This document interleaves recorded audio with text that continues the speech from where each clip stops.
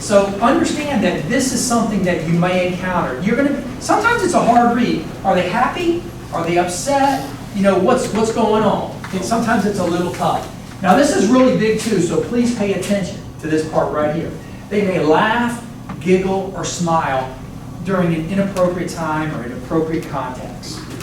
What I would like officers to know is when you're out in the field and you might possibly encounter somebody with autism, that they may not readily respond to your instructions or your questions like typical folks might, and that it's really important that they know and understand how they do communicate or the lack of communication that there might be there. Also, some of the more challenging behaviors that they might possibly encounter. I just want officers to understand that, you know, these folks just need a little bit more time.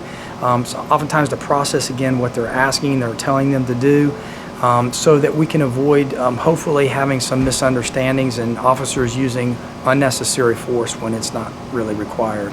Well, we sent as many officers as we could to this training. We probably have about 15 to 20 of our officers from Fort Walton Beach in the training today. And autism awareness really helps the officers gain a perspective into why certain people may act differently. And just because somebody acts differently may not mean that they're a criminal or doing something wrong. And with 1 in 36 people now possibly suffering from autism, it is something that we definitely have to be aware of. There is more awareness now than there, say, was 10, 15 years. You know, it's not a question of if a law enforcement officer comes in contact with somebody who has autism, it's just a matter of when. But from the law enforcement standpoint, from the public safety standpoint, we want to be able to put our best foot forward and be able to interact with those individuals to give them the best service, just like any other citizen.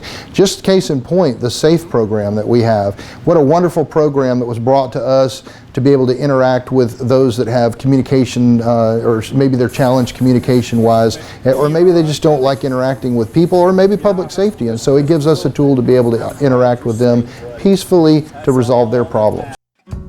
This decal is small, but it's powerful. If you have a loved one with dementia, autism, or any communication challenge, we need you to slap one of these free decals on the cars they ride in or on the front door of their home.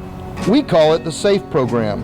When a first responder in any emergency situation spots one of these decals, he or she knows someone involved may need special care. It's our way of giving the best possible service.